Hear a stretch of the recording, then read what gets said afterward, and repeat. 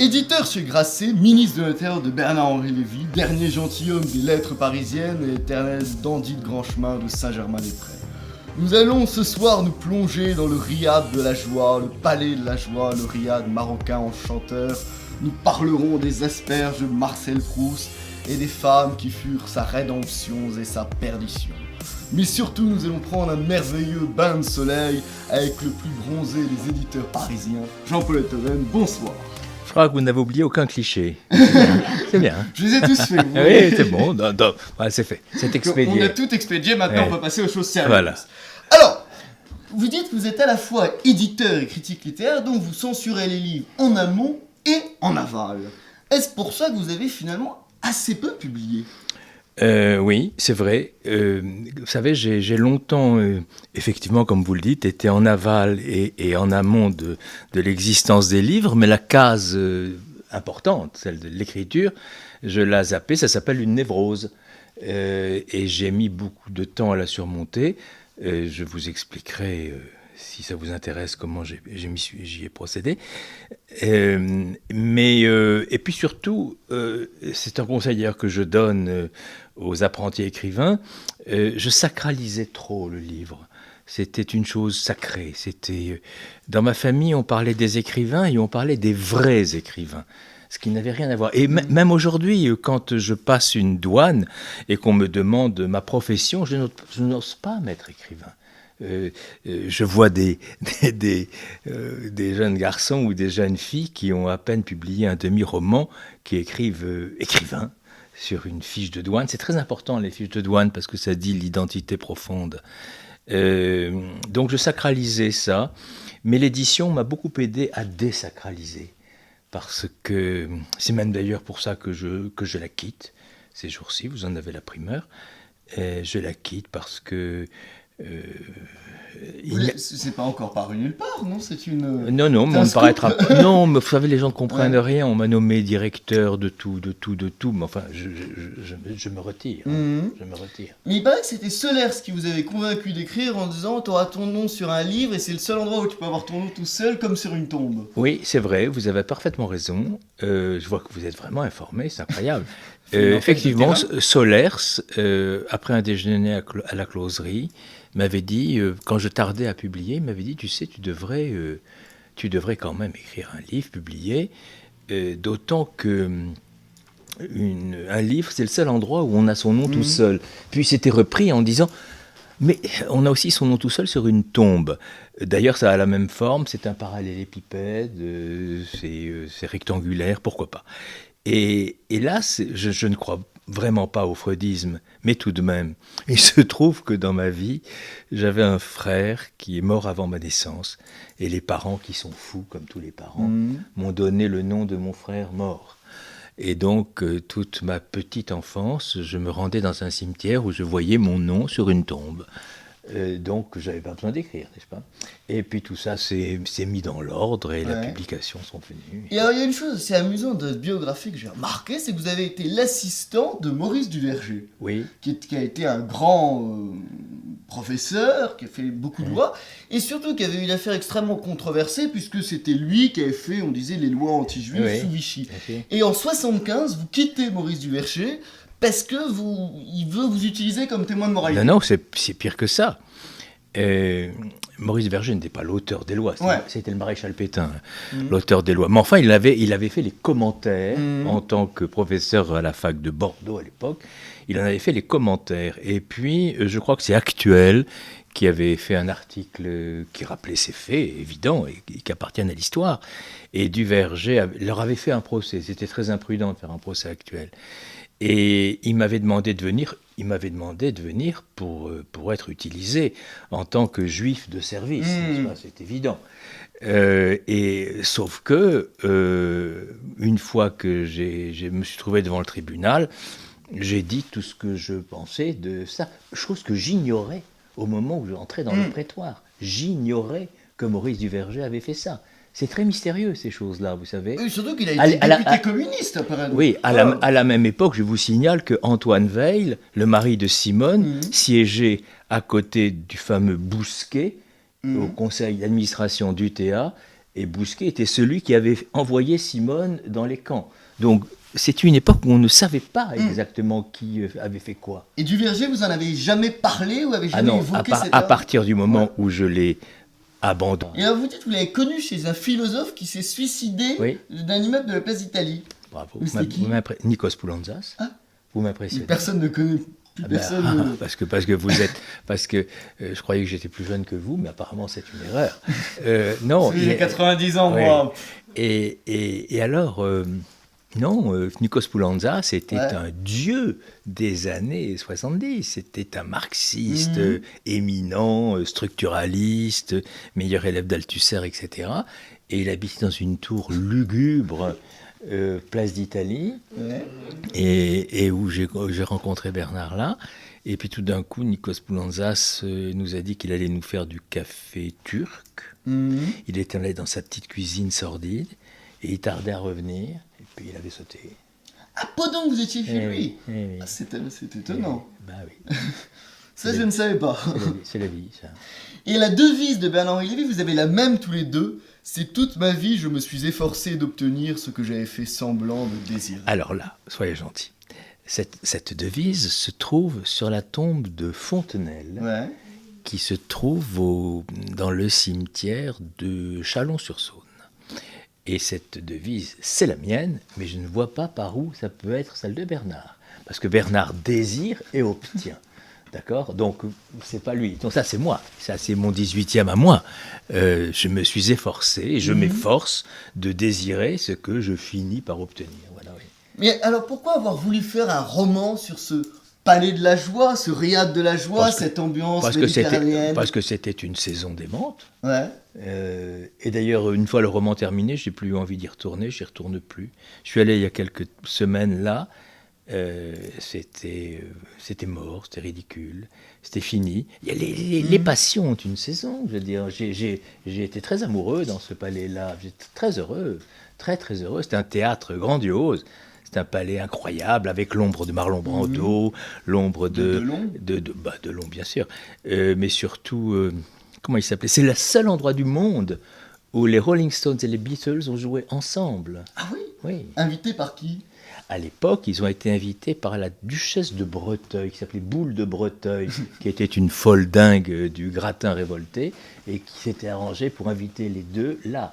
C'est dans la piscine de cette maison que s'était noyé le premier fondateur des Rolling Stones, qui s'appelait Brian Jones. Ah, c'est dans cette piscine-là. Là. Mais alors, c'est une maison qui avait été créé par un architecte américain qui s'appelait Bill Willis, et ses premiers propriétaires, ça avait été Thalita Getty et l'héritier Getty. Mais à propos de nos noyades, on doit parler du nombre qui traverse absolument tout votre roman, et quelqu'un d'absolument étonnant, Maurice René, voilà, qui est tué par Delon dans le plein soleil, qui est tué par Delon dans la piscine, bien sûr. Et qui était un type extrêmement bizarre, enfin un peu monarchiste, complètement alcoolique. Et pourquoi cette fascination pour René alors parce que René, c'est la mélancolie. Et puis, en plus, il a été le héros de Feu Follet, donc de Jacques Rigaud.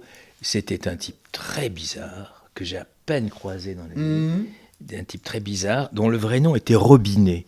Et si jamais il s'était appelé vraiment Robinet comme acteur, je suis sûr qu'il n'aurait jamais été un mythe comme il a été. Il était d'une beauté inconcevable, et c'était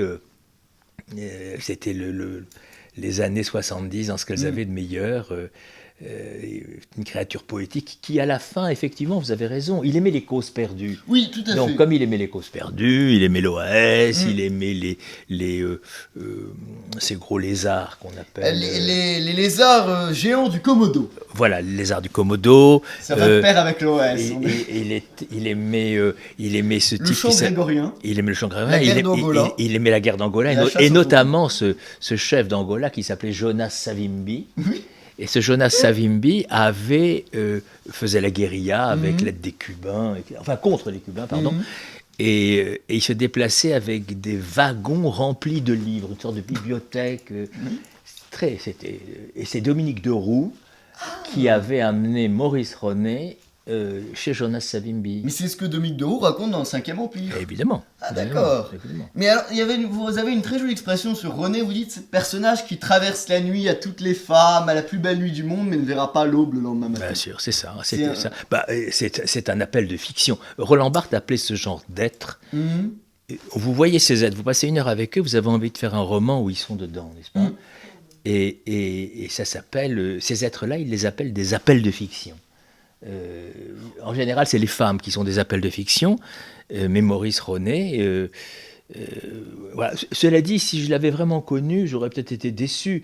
Proust dit qu'on ne peut pas trouver du génie à une personne avec laquelle on était à l'opéra la veille. Mais donc, heureusement, je ne l'ai pas connu parce qu'il paraît qu'il était un peu con, voyez-vous. Oui, vous l'écrivez. Il était un peu bébête, un peu nuche, comme ça. Et il y avait avec la bande Marlon Brando et Trintignant. Comment il s'appelait Trintignant? Non, comment il s'appelait On le mettra en dessous. Le frère de Nadine, comment il s'appelait? Il s'appelait Trintignant. Oui. Non, elle s'appelle Trintignant parce qu'elle a épousé Jean-Louis. J'oublie, bon, peu importe. Il jouait le héros de Et Dieu créa la femme. Ah, oui, bien sûr. Oui. Bon, d'accord. Et donc, Roger Vadim. Non, ça c'était le cinéaste, l'acteur, je parle. Il y avait Jean-Louis Trintignant, et peu importe. Et en tout cas, non, on a le droit d'oublier ça. Je veux dire, moi aussi, je m'en souviens pas. Il était, c'était les hommes les plus séduisants de leur génération. Ils étaient irrésistibles, quoi. Mais Maurice René, c'est un peu une idée, en fait. Oui, bien sûr. On s'en fout un peu de qui c'était. C'est une idée, c'est un concept. C'est comme le général de Gaulle. Voilà. Vous avez, si vous passiez un moment avec le général de Gaulle, c'était ridicule. Ah oui. Oui, je suppose. J'ai jamais passé. Mais enfin, il avait des poils qui sortaient des narines. Il était vieillot. Il devait sentir l'humidité. C'était pas. Voilà, c'est comme ça, les hommes concept, c'est comme ça. Oui. Mais alors, ça nous amène à parler un tout petit peu de cinéma, parce que vous avez un lien avec 3 films. Oui. Déjà, une chose très amusante que j'ai remarqué, c'est que votre première femme était la fille d'un réalisateur génial, qui est, là aussi c'est un concept. Là, on est dans un pur concept. Max Péca. Qui avait fait Je suis frigide, pourquoi, Embraye bidasse, ça fume, mieux vaut être riche et bien portant que fauché, mal foutu, on se calme et on boit frais. Un jour, Max Péca aura une rétrospective culte à la Cinémathèque, mais c'est un personnage ridicule. Oui, ridicule, oui. Mais c'est comme ça. Mais qui avait un intérêt ou c'est aussi un pur concept? Aucun. Non, vraiment, non. Non, je crois que je l'ai détesté même. Ah oui. D'ailleurs, j'étais marié très peu de temps avec sa fille. Oui. Et ça vous amusait pas le côté Max Pécasse? Non, parce que j'ai mis du temps à réaliser qu'il était le Max Péca de Max Péca. J'ai mis du temps, pendant très longtemps, je croyais qu'il était quelqu'un d'autre, mais je le voyais très peu. Parce qu'on pourrait voir dans le beau-fils une sorte de snobisme ultime. Non. Mais non. Non, même pas de snobisme, non. Il était juste nul, quoi. Vous avez une recette presque de marabout. C'est-à-dire, vous dites qu'il faut poser ses mains sur la dernière page du livre de Casanova. Non seulement des mémoires de la... Il faut, avec la même main, il faut toucher 3 mots. Ouais. Ange, vérité, tendresse. C'est le dernier mot. Donc, si on touche les 3 mots, il paraît qu'on est heureux. Donc, pour moi, ça marche. Et alors, avant de parler de votre autre recette de bonheur, qui est de lire du Proust matin, midi et soir, juste une petite incursion. Vous avez fait vraiment carrière dans Nana, puisque vous avez joué dans Cinéman de Yann Moix. Oui. C'est incroyable. Ouais. Vous jouiez quoi dans Cinéman? Eh bien, Cinéman, c'était un film qui revisitait l'histoire du cinéma. Oui. Et donc, il avait eu l'idée de rejouer avec Marisa Berenson, qui était dans le film originel de Kubrick, qui était, comment ça s'appelait, Barry Lyndon. Et c'était Franck Dubosc qui jouait le rôle de Barry Lyndon. Oui. Et moi, j'étais avec Marisa, qui avait pris quelques années, et nous devisions dans un salon quand Barry Lyndon arrivait. C'était marrant.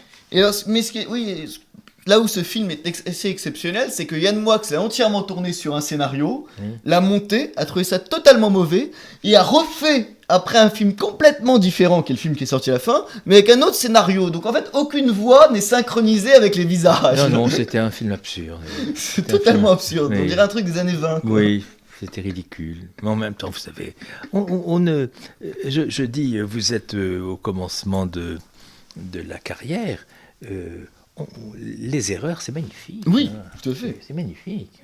Tout va bien. Ça crée des mythes après. Et puis, deuxième principe, le ridicule ne tue pas. Ça peut même créer, peut-être le jour et la nuit. Il y a eu d'ailleurs un documentaire qui a été fait sur le jour et la nuit qui s'appelle Autopsie d'un massacre. Oui, c'est un des rares films avec. C'était malfaisant, mais peu importe. Ah, aussi. Oui, malfaisant. Tout du début jusqu'à la fin était. Alors parlons de Proust maintenant, parce que vous avez écrit avec votre fils un dictionnaire amoureux de Proust, et c'est je crois le seul livre qui a été écrit père et fils, parce qu'il y avait un bouquin de Dumas, mais comme les deux avaient un nègre... Oui. En effet, je connais, il y a deux frères qui ont écrit ensemble, mais jusqu'à ce que Philippe Tesson et son fils écrivent ensemble, il n'y a pas de père et de fils qui ont écrit ensemble. Il y avait Jean-François Revel et Mathieu Ricard, mais c'était un débat entre le bouddhisme et le cartésianisme, ça n'a rien à voir. Et donc j'ai écrit avec Raphaël ce livre, en effet, parce que c'est une occasion de le voir, parce qu'autrement il est tout le temps absent. Donc, et c'était un livre qu'on voulait faire pour ma mère, donc sa grand-mère, qui était une grande proustienne, qui s'appelait Gilberte d'ailleurs, et qui nous avait donné, à 30 ans d'intervalle, à l'un et à l'autre, le goût de Proust. Vous avez eu un seul différent dans le livre, c'est sur l'asperge. Oui. C'est-à-dire vous avez envoyé votre asperge à votre fils, et il ne l'a pas aimé. Oui, mais parce que Raphaël, vous savez, pendant très longtemps, je pensais que quand on était bac plus 10, on n'était plus concerné par le complexe d'Œdipe. C'était une erreur absolue. Je pense que le désir de querelle existe même quand on a fait des études supérieures. Et Raphaël voulait ne pas être de mon avis. Donc, il a voulu. Va pour l'asperge. Va pour l'asperge. D'ailleurs, je ne sais même plus qu'est-ce qu'il avait trouvé à chicaner dans cette affaire-là. Je sais simplement une chose. De l'œuvre et de l'homme. Oui. Voilà. Ah, non, c'est pas ça. C'est que Raphaël, moderne, c'est un moderne, et il pense qu'on peut lire La Recherche du temps perdu, et ça suffit. Moi, je ne crois pas. Je crois que c'est un livre qui est complètement entortillé de biographiques sur Proust. Et Proust lui-même avait théorisé le fait que le moi social et le moi d'un écrivain n'avaient rien à voir l'un avec l'autre. En gros, le moi de l'écrivain, c'était le moi de Flaubert, de Mallarmé, et le moi social, c'était le moi qui dînait en ville, qui avait des faiblesses, qui allait dans des établissements pour fréquenter des garçons, etc. Moi, je suis sainte-beuvien, c'est-à-dire que je crois que la biographie est un élément d'intelligence d'une œuvre. Et Raphaël avait décidé que non. Là aussi, probablement, j'aurais choisi le point de vue inverse qu'il aurait... Oui. Alors, en plus, du coup, il y a plein d'anecdotes amusantes sur la biographie de Proust. Par exemple, quand il allait au restaurant, non seulement il laissait des pourboires de 3 fois supérieurs à la note, mais en plus, il payait les pourboires de toutes les tables voisines. Mais attendez, c'était pas la générosité. D'abord, il donnait un pourboire gigantesque aux garçons qui le servaient, notamment chez Prunier ou Ritz, parce que le garçon lui plaisait. Et qu'il espérait qu'avec un tel pourboire, il allait le retrouver un peu plus tard. Et une fois qu'il avait bourré de billets les poches du jeune garçon serveur, il se disait « Ah, mais les autres vont être jaloux. » Donc, il donnait de l'argent. Voilà, c'est comme ça. Mais Proust était très généreux, ça c'est vrai. Et d'ailleurs, vous dites que la lecture de Proust rend meilleur, rend bon. Oui. D'abord, Proust lui-même dit que c'est à la fin du temps retrouvé, la fameuse page où il décide de placer la bonté au-dessus de l'intelligence. Et c'est l'écrivain le plus intelligent du monde qui dit ça. Et c'est vrai, mais d'ailleurs, on est bon quand on comprend toutes les nuances de l'âme humaine. quand quelqu'un est méchant, c'est très rare que la méchanceté aille de pair avec une grande connaissance. Dans la méchanceté, il y a plutôt du refus d'autrui, de la volonté de ne pas comprendre, d'exclure. Mais quand on comprend tout comme il comprend lui, comment est-ce qu'on peut être méchant ? Tout est tellement émouvant dans la nature humaine, tellement ridicule, tellement émouvant, tellement pathétique. Que c'est ça. Et surtout, lire Proust aujourd'hui est presque un acte de rebelle, parce que il n'y a rien aujourd'hui dans l'époque du virtuel, de l'instantané. C'est pas le virtuel l'ennemi de Proust, c'est pas ça. Aujourd'hui, la qualité d'un livre est jugée d'après la sociologie de ses personnages. Moi, je sors un roman en septembre prochain, où il n'y a que des riches, je vais tout prendre sur la tête. Il faut mettre des cas sociaux, pour regarder Olivier Adam, Houellebecq, hors Proust, avec ses duchesses, ses baronnes, ses princes, mais il n'aurait même pas une ligne dans Télérama ni dans Le Monde, vous vous rendez pas compte. Mais il a failli rater le Goncourt à cause de ça. À cause de ça, bien sûr, évidemment. Évidemment, puisque non seulement il a eu le Goncourt, mais il l'a eu au détriment d'Orgelès, qui écrivait sur les soldats de 14. Et alors, dans les critiques de Proust, il y a 2 phrases qui sont excellentes. Celle d'Anatole France, qui est très connue. La vie est trop courte et Proust est trop long. Et ce que disait Céline est encore plus drôle, c'est très bon. 2000 pages pour expliquer comment tu tues encule tatar. C'est ça, oui. C'est ça. Mais Céline, il avait vu juste quand il avait dit de Proust, c'est un galimatia mérovingien, c'est un Talmud. C'est écrit en yiddish. Oui. C'est écrit en yiddish. Il avait entrevu ça quand même.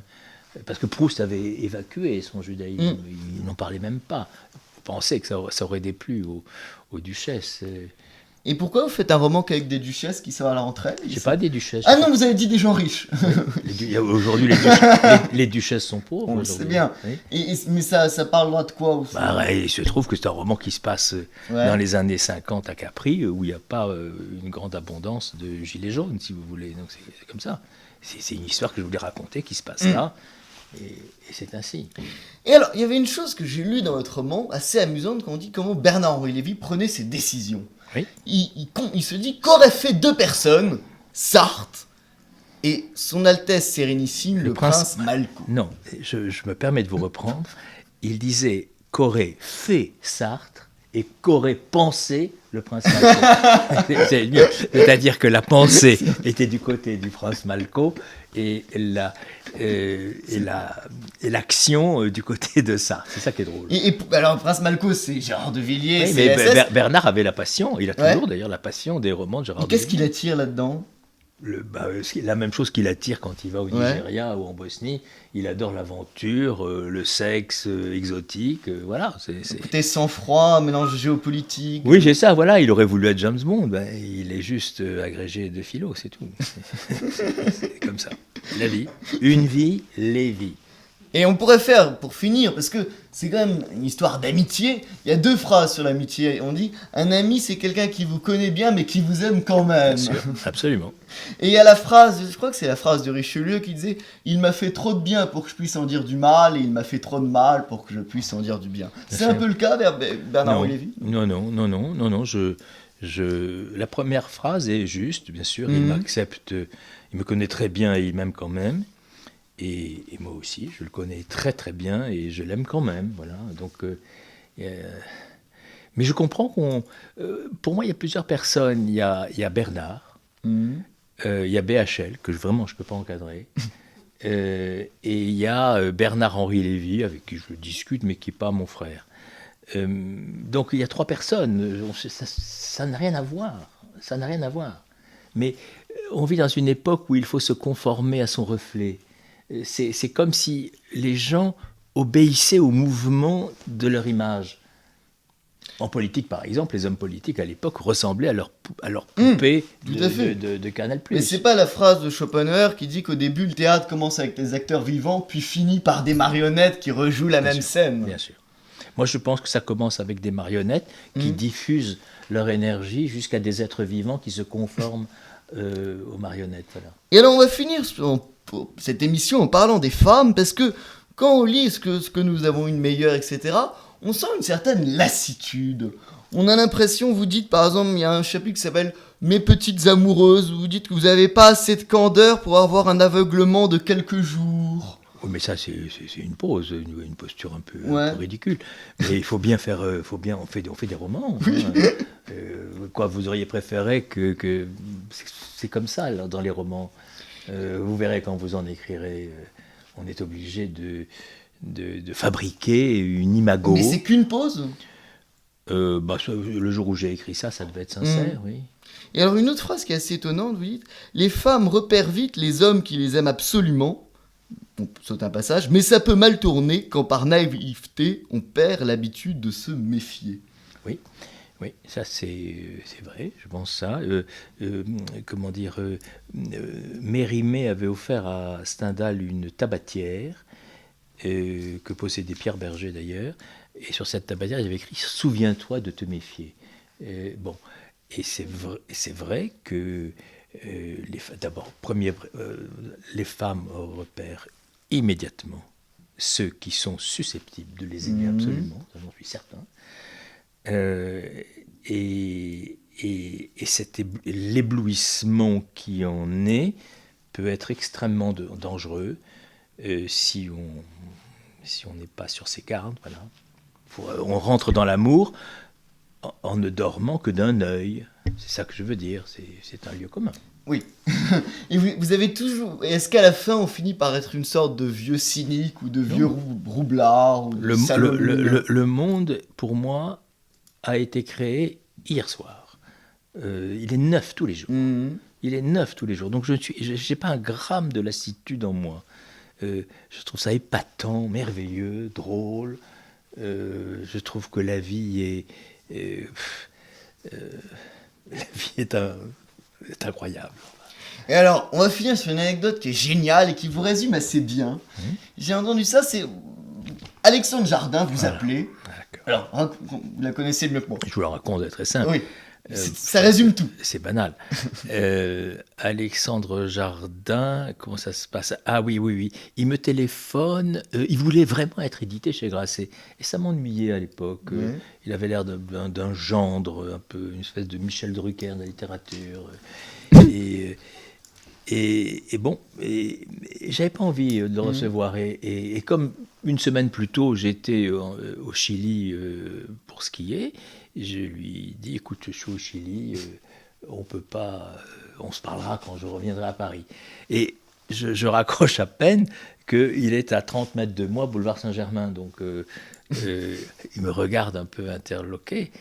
Et il s'approche de moi un peu comme ça, et je lui dis cette phrase qui est vraie, je dois dire, et j'ai eu de l'esprit ce jour-là. Je lui ai dit, écoute Alexandre, si tu préfères croire ce que tes yeux te montrent plutôt que ce que mes mots t'ont dit, c'est pas la peine qu'on travaille ensemble.